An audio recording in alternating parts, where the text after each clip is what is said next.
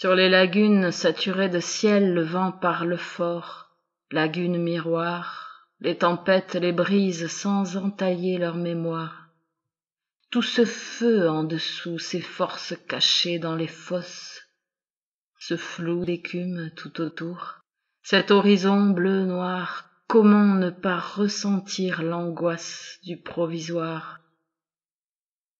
Jets de cendres, bouillons d'entrailles, les volcans ont expiré leur trop-plein, déprimé le paysage, l'eau a remplacé le feu dans leur ventre vide, les lagunes sont des yeux, elles lissent le passé, donnent à lire, à rêver, ont oublié ce qui est enterré sous les vagues de lave, mais l'abîme est au fond de toutes les pupilles.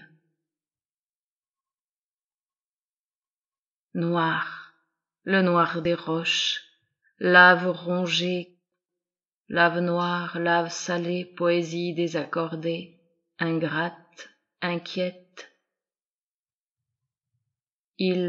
L'océan les veille, les surveille, s'émerveille, dévore ces femelles, les flammes du Saint-Esprit giclent, du crépuscule. Toutes ces circulations en elles autour, ces fluides, ces mémoires empilées, assoupies, bosselées. Sous chacune court le risque d'une attaque. Île pleine de grâce, le fruit de vos entrailles est confus, et votre superbe saccagée par la bourlingue océanique. Sur une île, la terre n'a plus de nom. Sur une île, l'océan n'a plus de fin, le mot marée n'a plus de sens. Il ignore les algues, les estrans. L'odeur de lave remplace l'iode. Il lèche, maltraite ou enveloppe. Jamais il ne laisse une île sans gouvernail. La vie est faite de lamper, prendre le temps de déguster. Les îles savent l'attente. Dur, nécessaire, dans le silence des contre-jours, le temps est un défi, un dédain. Ciel et océan font les jointures. Îles unies dans le bleu liquide, du ciel on saisit mieux le mot limite.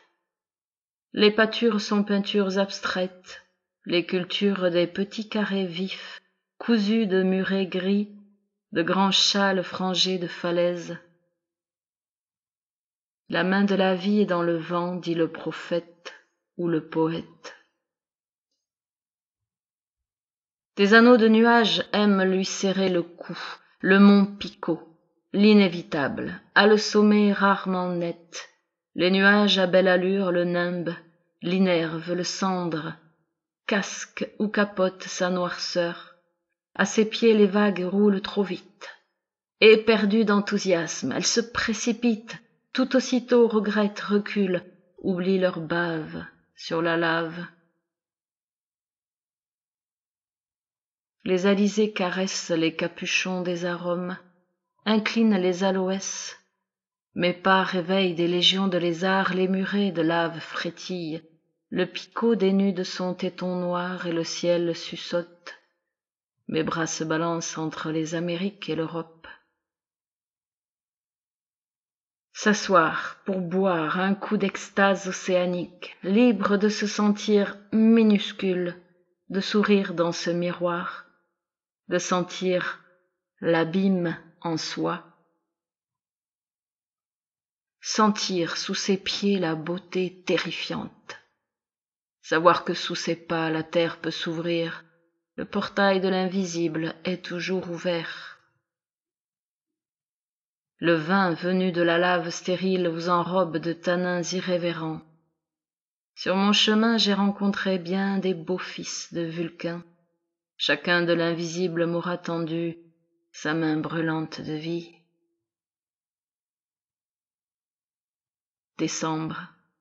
D'île en île les camélias fleurissent, pas les touristes. L'île écoute battre l'océan, mais le cœur, c'est elle. Le parti des travailleurs a collé des taches rouges, affiche de feu dans le froid du monde. Une brume frileuse se dépose. depuis le temps que nous dansons sur des volcans. Le vent lui-même se tait, s'il a trop à dire. Profondeur. Si tu regardes en toi quand tout bouillonne, tu vois monter les bulles des questions. Laisse-les crever en surface. La hauteur n'est réservée à personne, non plus la profondeur. Chaque vie est une amphore, précieuse, patinée par 10 000 mètres de solitude.